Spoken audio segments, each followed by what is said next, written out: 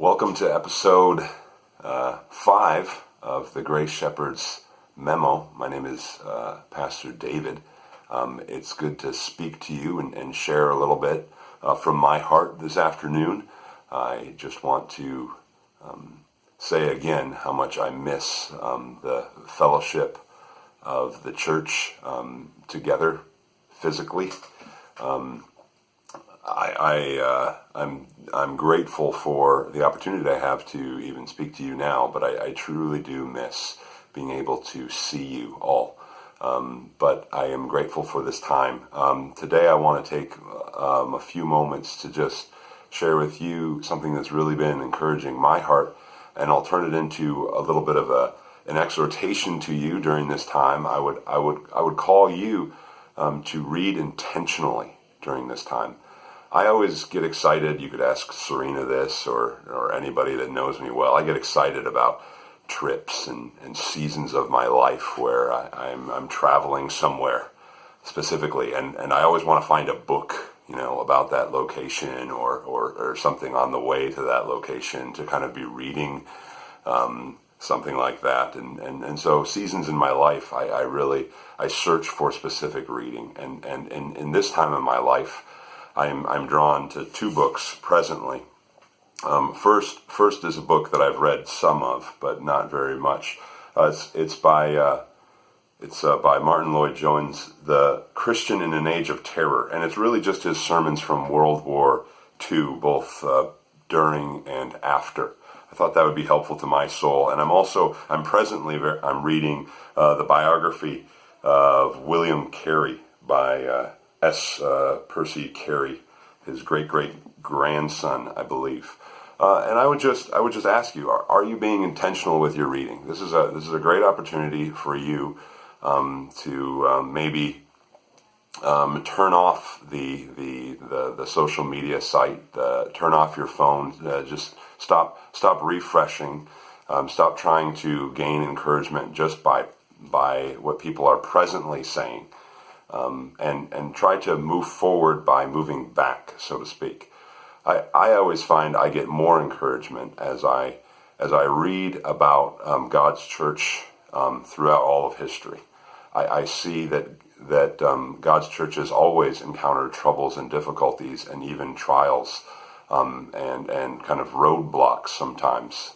And through those frustrations, God has worked on them deeply. And it's good for me to see how God works throughout history. We see this in the Bible for sure, in the New Testament, in the book of Acts.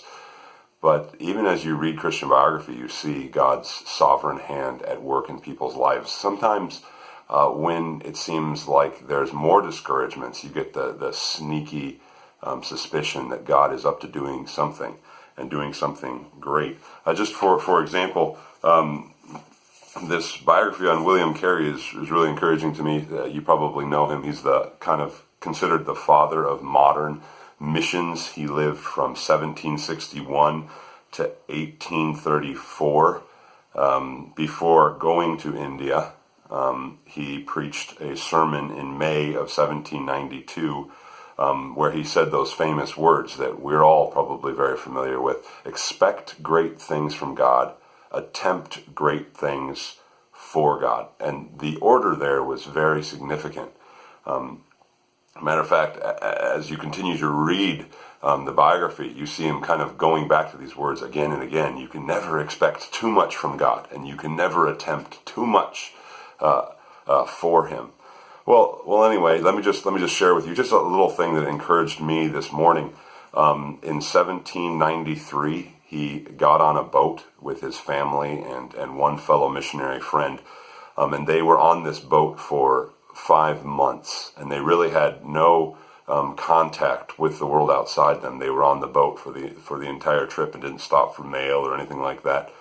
When he left England, he meant never to return.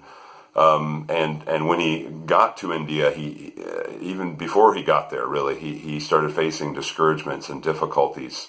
There were many what we call closed doors to ministry. Even before he could leave England, he encountered difficulties and trials and what we could consider closed doors. Well, he was on the boat outside of Calcutta. He faced difficulties getting in. Early on in his ministry, his wife suffered a nervous breakdown and never really recovered. And you see again and again in this biography him talking about some intense times of loneliness in his first few years. Eventually, more missionaries did join him, but for a very poignant period of time, he was very lonely. And matter of fact, I was blown away to read this week. He labored, and his fellow missionaries labored for 7 years without one true, genuine convert. Think about that. Today, maybe we're facing discouragements. Are we facing 7 years of no church growth? But you see through this biography, once you kind of move past the initial hurdles, you see how God used every single hurdle to put Carey, or to put his whole plan for world missions kind of in a new strategic place. Every single time, Carey's being moved around, sometimes backing out of one place and kind of backing into another, it seems like sometimes. God is moving and setting him up to truly be a huge instrument for modern missionary movement. And I like to think of it, sometimes, God closes doors, but he closes doors to open brand new, great avenues for ministry. And so that encourages me when I think about this. Yes, we're experiencing some closed doors right now, but our God is a great God, and he's always been a great God. And it's so encouraging to our heart to read about his greatness all throughout church history.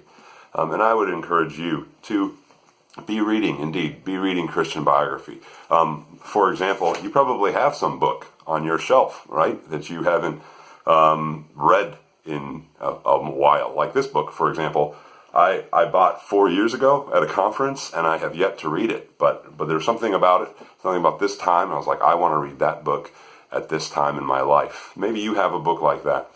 I have also always been spiritually encouraged by the sermons, the biography sermons of John Piper on his website.